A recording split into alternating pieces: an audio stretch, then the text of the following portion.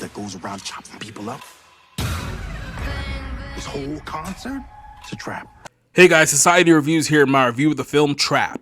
In 2017, M. Night Shyamalan came out with the film Split, which was his first critically acclaimed film in the last decade and a half. The film was not only well received by audiences, but it also managed to tie back his previous film, 2000's Unbreakable. For a brief moment, the king of the cinematic twist looks like he was staring in the face of the biggest comeback in industry history. Well, that didn't last very long. The next three films that followed were a disappointing follow-up to Split entitled Glass, which dropped the balls in more ways imaginable. Then you had the lukewarm reaction to the 2021 film Old, a film about people rapidly aging on an island.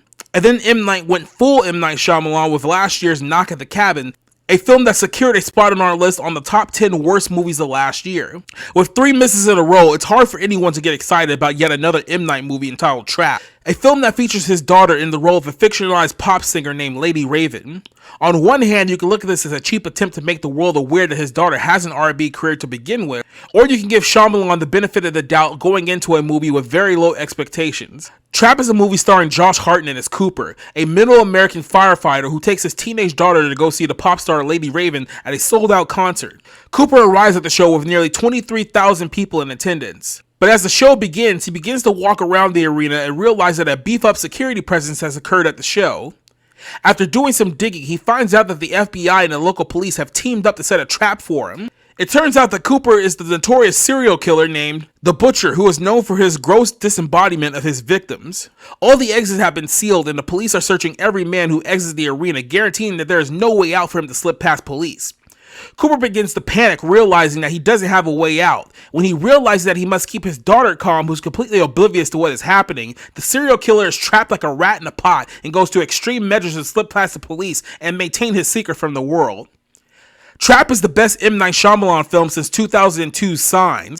Now on face value, considering the films that he has released in that time period, that might not sound like the biggest endorsement. However, Shyamalan managed to set aside all of his gimmicks and tricks to bring to life a psychological thriller with 3 very distinct acts. The first act of the film engrosses the movie in mystery, as the setup is pretty obvious from the jump that something isn't quite right at this concert. When the film drives into the second act, you start to see the wickedness and mental instability of our so-called protagonist, who begins to act more like a quartered cage animal than the everyday dad he pretends to be. Finally, the third act of the movie, you see just how far our character is willing to go to keep his 2 lives separate from one another, revealing to the audience the full scope of the monster that we're dealing with. Josh Hartnett delivers one of the best performances in his modern run, playing a disturbing killer who's just as cunning as he is dangerous. The film navigates around his psyche to see how he operates under pressure.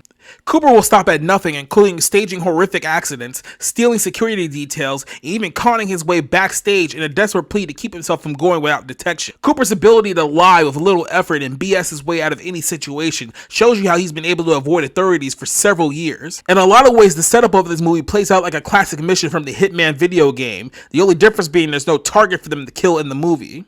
As an actress, Shalika leaves a lot to be desired, but even with her limited acting experience, her art comes full circle in a satisfactory way towards the film's final act. There are a few drawbacks with the movie, as the third act drags on a bit too long and slows down the pace of the film to the point where the movie begins to come to a screeching halt. There are also instances where Cooper's Batman-like escape tactics begin to bend the realm of reality in an otherwise straightforward movie. Perhaps adding his daughter to the mix gave M. Night Shyamalan a bit more motivation as a filmmaker to give audiences his best cinematic effort since The Village and his best story since Signs. While we're not going to make the mistake again of saying that M. Night Shyamalan is back, Trap is a film that's going to make audiences forget his year's worth of blunders, at least in the short term. I give this film a 3.5 out of 5.